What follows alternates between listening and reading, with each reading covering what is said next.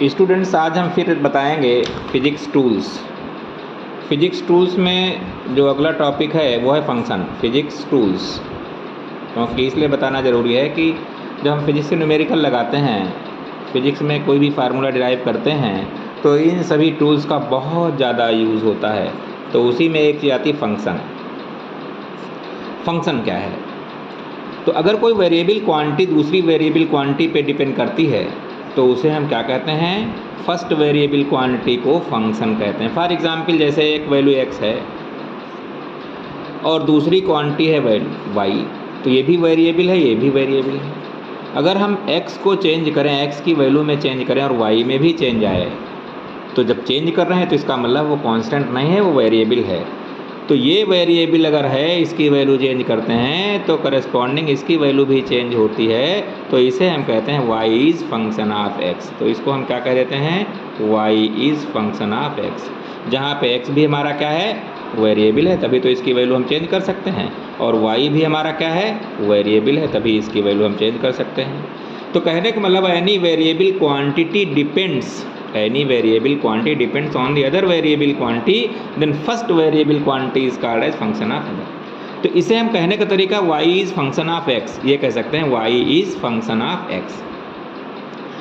इसी तरीके से अगर मान लीजिए हम इसी को डिफरेंशियल कोफिशिएंट करें, तो अगर मान लीजिए y को हम आगे निकालें dy/dx, तो इसे कहते हैं differential of coefficient y with respect to x। Differential यानी पावर को हमने कम कर दिया, डिफरेंशिएट कर दिया। डिफरेंशियल कोफिशिएंट ऑफ y किसके रेस्पेक्ट में किया है हमने?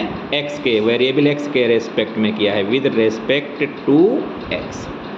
तो फंक्शन समझ में आ गया कि if any variable quantity depends on other variable quantity, और ये डिपेंड का मतलब क्या है कि if we change the value of x, corresponding change in value of y take place। तो y is said to be function of x and can be written as in form of y equal to fx। उसको ऐसे लिख सकते हैं, y is said to be function of x। अब इसमें main चीज़ क्या है? आप एक होता है कांस्टेंट जिसकी वैल्यू कभी चेंज नहीं होती, और दूसरी चीज़ होती है जिसकी वैल्यू हम चेंज कर सकते हैं, वेरिएबल। जैसे मान लें ऑल न्यूमेरिकल वैल्यूज़ हैं 2, 3, 4, 5, जिस क्या इनकी वैल्यू हम कभी चेंज नहीं, 2 है तो 2 ही रहेगा, 4 है तो 4 ही रहेगा। लेकिन अगर x है और हमसे कहा जाए x आपका एक नंबर है, तो 2 भी हो सकता है, 3 भी हो सकता है, 4 भी हो सकता है, तो उसे हम x को वेरिएबल कहेंगे। तो इसका अगर हम कांस्टेंट का डिफरेंशियल कोफिशिएंट लेते हैं तो हमेशा 0 आता है, क्योंकि वेरी तो कर ही नहीं सकता, क्योंकि यह है कांस्टेंट। इसी तरीके से अगर मान लीजिए dx हम लेते हैं, एक वेरिएबल का कांस्टेंट के साथ मल्टीप्लिकेशन है, ये वेरिएबल है, ये क्या चीज़ है? वेरिएबल है। और ये है आपका कांस्टेंट, इसके साथ मल्टीप्लिकेशन है।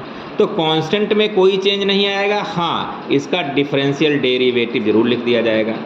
तो इसे कहते हैं c एक कांस्टेंट है और u हमारी वेरिएबल क्वांटिटी थी जिसका डिफरेंशियल डेरिवेटिव हमने du/dx लिख लिया। तो c वाज कांस्टेंट क्योंकि हमने पहले ही बताया था, और u हमारा क्या था? वेरिएबल था। तो अगर हम कोई कांस्टेंट जब वेरिएबल से मल्टीप्लाई करता है, उसका जब डिफरेंशियल डेरिवेटिव निकालते हैं तो कांस्टेंट बाहर हो जाता है, और जब कांस्टेंट बाहर हो जाता है और दूसरी जो वेरिएबल है इसका डेरिवेटिव साथ में लिख दिया जाता है। आइए देखें, अगर मान लीजिए कोई फंक्शन y है, ये 2 वेरिएबल पे डिपेंड करता है, सिंगल इस पे डिपेंड नहीं करता, ये इस पे भी डिपेंड करता है। ये दोनों वेरिएबल हैं, माने ये भी वेरिएबल है और ये भी आपकी क्या है? वेरिएबल है। यानी ये भी बदलती है तो ये बदलेगा, ये भी बदलती है तो ये बदलेगा। इसीलिए y is said to be function of u and v both. उस केस में अगर इसका डिफरेंशियल डेरिवेटिव लेंगे x के रिस्पेक्ट में, तो इसका अलग आएगा du/dx और इसका अलग आएगा, क्योंकि दोनों आपके वेरिएबल हैं dv/dx। तो u एंड v ये दोनों हमारे x के फंक्शन हैं। u भी हमारा x का फंक्शन है, इसलिए u के साथ डिफरेंशियल डेरिवेटिव लिया गया है, और v भी हमारा x का फंक्शन है। किसका मतलब है? u एंड v ये दोनों फंक्शन हैं, किस वेरिएबल के? x के। एक और चीज़ आती है, अगर मान लीजिए इनका मल्टीप्लिकेशन देखें, अगर y हमारा u और v का मल्टीप्लिकेशन के बराबर है, और u and v both are function of x, दोनों अलग अलग x के फंक्शन हैं, तो हम कैसे लिखेंगे? तो d y upon d x equal to u into d v upon d x plus v into d u upon d x. ये बहुत आसानी से लिखा जा सकता है कि पहला क्वांटिटी मल्टीप्लाई बाई, जो क्वांटिटी माने variable, multiplied by differential derivative of second, और दूसरी variable multiplied by different derivative of first. तो इस तरीके से ये फंक्शन क्या होता है, डिफरेंशियल डेरिवेटिव क्या होते हैं, ये आपकी समझ में आ गए हैं। इसी तरीके से डिवीज़न के केस में भी एक खेल चलता है। फॉर एग्जाम्पल थर्ड है, अगर मान लीजिए कोई भी फंक्शन u अपान वी लिखा है, जहाँ u और v दोनों x के फंक्शन हैं। हम ये भी जानते हैं where u and v are function of x, ये दोनों x के फंक्शन हैं। तो उस केस में dy बाई डी एक्स क्या होगा? dy बाई डी एक्स क्या होगा? v इंटू माने denominator multiply by differential derivative of numerator minus numerator into differential derivative of denominator upon square of denominator. तो इस तरीके से जब आप निकालोगे फ्रैक्शन का डिफरेंशियल कोफिशिएंट तो ये वैल्यू आएगी। तो इस तरीके से आप मल्टीप्लिकेशन है अगर दोनों फंक्शन तब कैसे करोगे, डिवीज़न है तो कैसे करोगे, प्लस है तो कैसे करोगे, ये चीज़ समझ में आई। एक और चीज़ आती है आपकी, जैसे y is function of u, मान लीजिए y is function of u और u is function of x अलग, मतलब y तो u का फंक्शन है, जैसे जैसे u बदलेगा तो y बदलेगा, और u हमारा x का फंक्शन है यानी वेरिएबल है x, तो x बदलेगा तो u बदलेगा। तो इनडायरेक्टली हम ये भी तो कह सकते हैं कि y is function of x, y is function of x, x बदलेंगे u बदलेगा, u बदलेगा तो y बदलेगा।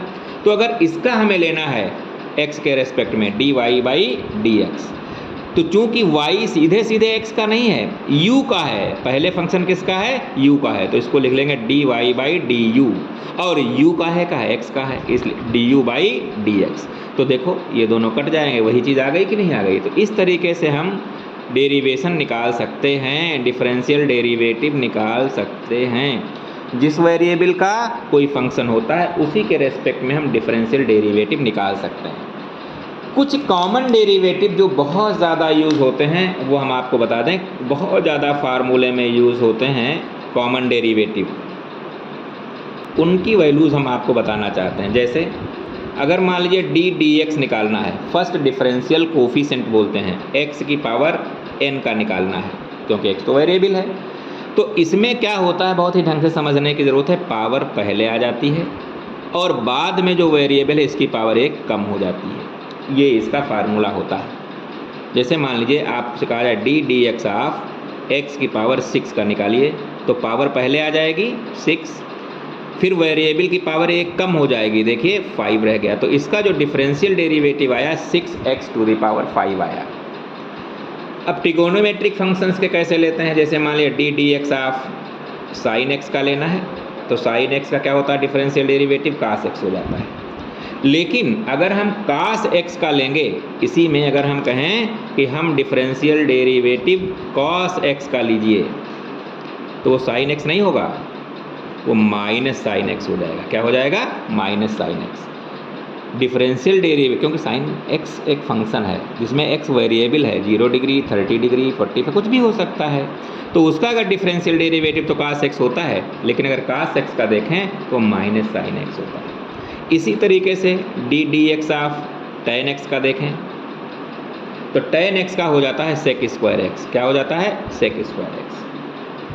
इसी तरीके से हम d x of cot x का देखें, ये रटने वाली चीज़ें हैं, तो कॉट एक्स का माइनस कॉसेक स्क्वायर एक्स होता है, minus cosec square x. Tan x का तो सीधे सीधे सेक स्क्वायर एक्स से हो जाता है, लेकिन कॉट एक्स का माइनस कॉसेक स्क्वायर एक्स होता है। लेकिन यहाँ पे अगर हम d x of sec x का रखें, बहुत ही इम्पोर्टेंट है, तो ये आ जाता है sec x into tan x. लेकिन अगर d x of cosec x का रखें तो minus cosec x into cot x. तो ये बहुत ज़्यादा यूज़ होते हैं कि साइन एक्स का तो कास एक्स हो जाता है, लेकिन कास एक्स का differential derivative minus sine x होता है। इसी तरीके से tan x का तो sec स्क्वायर x होता है, लेकिन cot x का माइनस cos स्क्वायर x होता है। सिमिलरली sec x का differential derivative sec x into tan x होता है, cosec x का minus cosec x into cot x होता है। तो इस तरीके से हम इनकी वैल्यूज निकाल सकते हैं। कुछ स्पेशल फंक्शंस होते हैं जिनके हम डिफरेंशियल डेरिवेटिव्स निकालते हैं, वो देखिए स्पेशल फंक्शंस के डिफरेंशियल डेरिवेटिव्स कैसे निकालते हैं। जैसे स्पेशल फंक्शंस के डेरिवेटिव्स कैसे निकालते हैं, मान लीजिए डी डी एक्स ऑफ, आपसे कहा गया साइन ए एक्स का निकालिए, साइन ए एक्स, साइन एक्स नहीं है साइन ए एक्स, जहाँ ए क्या है, एक कांस्टेंट है, तो इसमें ये पहले आ जाएगा। और साइन ए एक्स का तो कास ए एक्स आपने देख ही लिया, क्योंकि साइन एक्स का कास में होता है, इसलिए साइन ए एक्स का कास ए एक्स होता है, लेकिन एंगल का जो कांस्टेंट है वो पहले आ गया। इसी तरीके से अगर D D x of cos A x लेते हैं तो इसमें भी वही चीज़, ए तो पहले आ जाएगा, और कास ए एक्स का माइनस साइन ए एक्स, क्यों कास का माइनस होता है, इसलिए माइनस ए साइन ए एक्स डिफरेंशियल डेरिवेटिव हो गया। कई बार हमें इन्वर्स का भी निकालना पड़ सकता है, जैसे डी डी एक्स है और आपसे कहा जाए साइन इन्वर्स एक्स का निकालिए, तो इसका एक तरीका होता है 1/√1 माइनस एक्स स्क्वायर। आपको रटना चाहिए कि D D x of sine inverse x का जो डेरिवेटिव होता है 1/1 माइनस एक्स स्क्वायर। लेकिन अगर यही चीज़ हम कास इन्वर्स एक्स का देखें, कास इन्वर्स एक्स का, तो यही चीज़ माइनस में हो जाएगी 1 माइनस एक्स स्क्वायर। इसी तरीके से हमें tan का अगर देखना है, d D x of tan inverse x, तो आएगा 1/1 प्लस एक्स स्क्वायर। और इसी में अगर हम cot का कर दें, देखिए tan इनवर्स x की जगह पे D D x of cot inverse x कर दें, तो ये माइनस में हो जाएगा 1/1 प्लस एक्स स्क्वायर।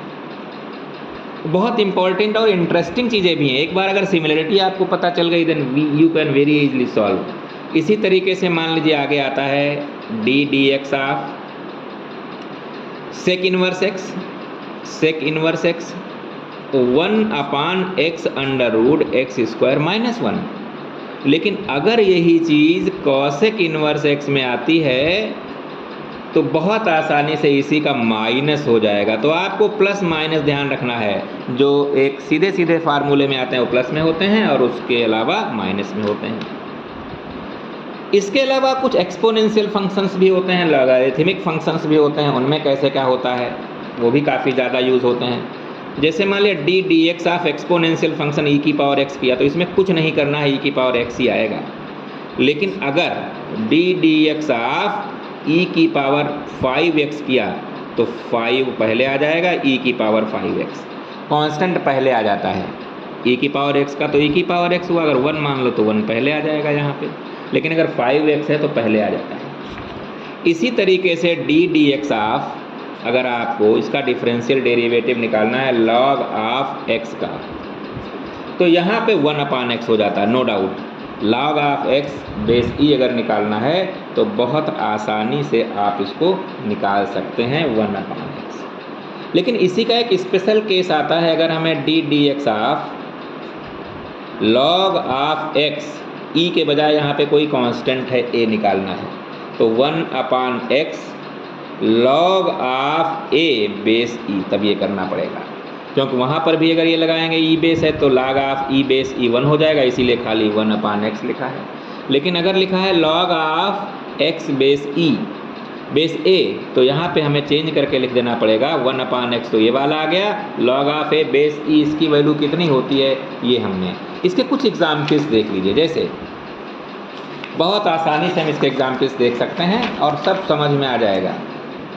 जैसे मान लीजिए y = दिया है x⁶, तो dy/dx कितना होगा, हमने बताया d ऑफ dx और y की जगह x⁶ लिख लीजिए, तो क्या आएगा, यहाँ पे पावर पहले आ जाती है और पावर 1 कम हो जाती है।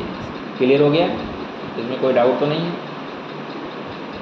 अगर मान लीजिए आपसे कोई कहे y दी है, दूसरा सवाल, पहला तो ये था, दूसरा देखिए, अगर y दिया है हमारा x⁻³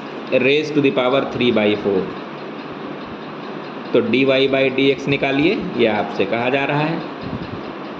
वही फार्मूला लगाइए, d of dx x to the power 3/4।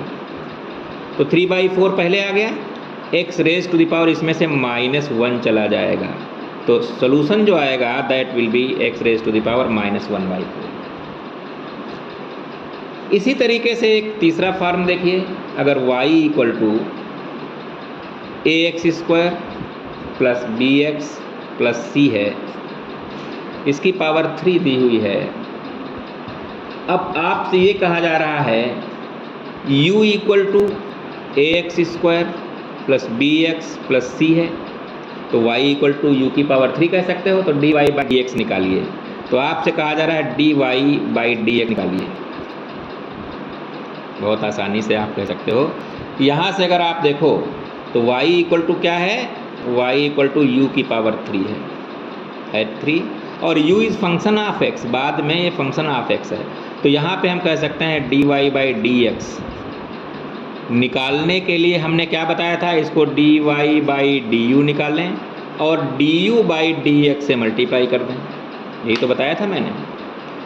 dy/du इसको अगर हम करेंगे तो 3 पहले आ जाएगा और u की पावर 2 हो जाएगी, लेकिन dy/dx du/dx यहाँ से निकालिए, du/dx कितना आएगा, पावर पहले आएगी ट्वाइस ax, यहाँ पे x की पावर 1 है, b है और कांस्टेंट का 0 होता है, तो ये हो जाएगा ट्वाइस ax प्लस b। फिर से देखिए y is equal to u raise to the power 3, तो जब dy/du करोगे, क्योंकि dy/dx को हम ये लिख सकते हैं ना, dy with respect to du and du with respect to dx, खोलोगे तो dy/dx ही आया, इसलिए dy/dx equal to dy/du 3u² into इसको हमने डिफ्रेंशिएट कर लिया with respect to x, power पहले आ गई ट्वाइस ax प्लस b, तो ये वैल्यूज़ हमारी यहाँ u की वैल्यू रख दीजिए, आप आसानी से निकाल सकते हैं।